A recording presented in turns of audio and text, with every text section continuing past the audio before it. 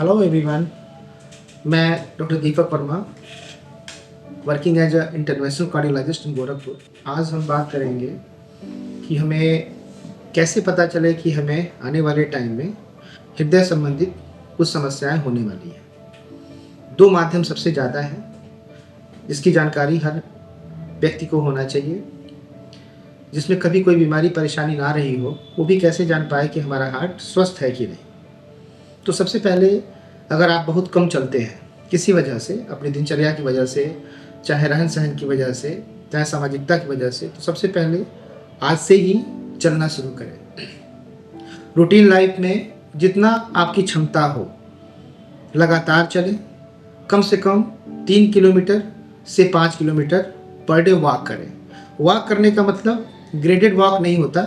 Walk करने का मतलब एक साथ, अगर चलते समय आने वाले टाइम में आपको कोई तकलीफ हो, जैसे कि छाती में भारीपन, पसीने आना, बहुत ज़्यादा घबराहट होना, धड़कन का अत्यधिक बढ़ जाना या बहुत ज़्यादा थकान होना, जो कि पहले कभी नहीं होता था, और आराम की अवस्था में धीमे धीमे ठीक हो जाना, तो उसको पहला वार्निंग साइन समझना चाहिए कि समस्या सामान्य तौर पे ये हार्ट से जुड़ी हो सकती है।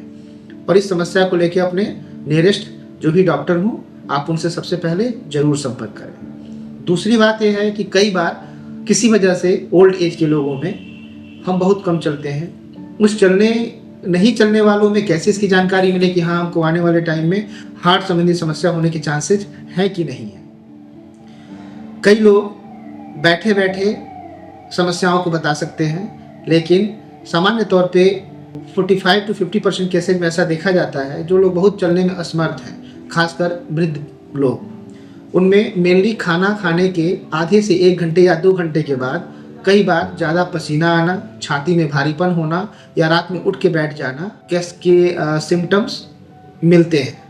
तो उसको भी हार्ट से ही जोड़ के देखना चाहिए, क्योंकि शरीर के लिए चिल्लाना, दौड़ना, भागना, जल्दीबाजी में चलना या ज़्यादा खाना खाना, और जब जब काम का वर्कलोड शरीर पर बढ़ेगा तो हार्ट की समस्या तभी उभर के आती है सामान्य तौर पे जब शरीर पे वर्कलोड बढ़ जाए।